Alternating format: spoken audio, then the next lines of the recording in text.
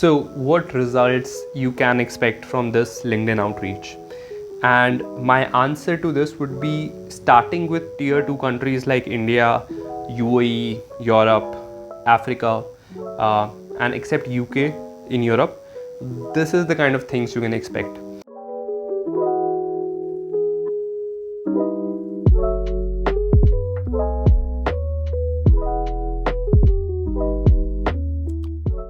So if you send a basic message, which is a copy paste content message, you will, out of every 100 messages you will send, you will get one positive reply.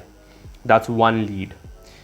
The second, in the medium level, once you personalize the first line and you have a direct ask, you can expect one positive reply for every 50 to 75 messages you send.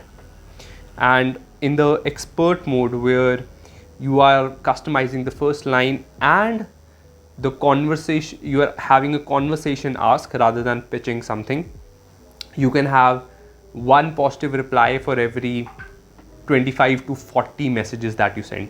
And this the range is because of your target audience. So for example, a target audience of marketers versus a cybersecurity audience would react completely differently and have different numbers, right? Even though they have their firmographic data, like the size of the company and the industry, are pretty much the same. And if you're going in the US, you can pretty much expect whatever numbers I'm sharing, just divided by 5. So it means it will take you somewhere from 4 to 5 times harder to get equal kind of responses. So make sure your average account value allows you to basically invest in this. And in the God mode, the one I have showed you for the leaders of change, you can expect one positive reply for every 10 messages you send, because we have shown that we have researched on that person.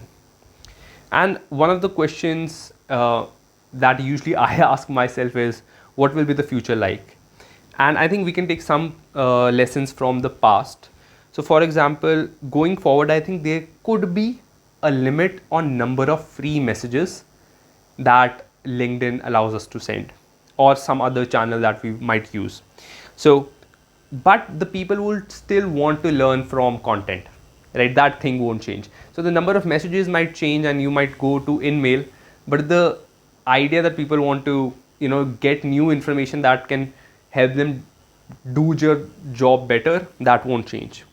And basically, even after that channel change or something else change, people won't want unpersonalized outreach, because they know, I don't, you're spamming me, you have not looked into me, it's just a mass email, and even the offer that you're making is, well, not very good, right? So the opportunity over here is that you can assign the things I have shown to a fresher in your company, or you can even assign it to the agency, but ask them to do it manually, not to use a tool.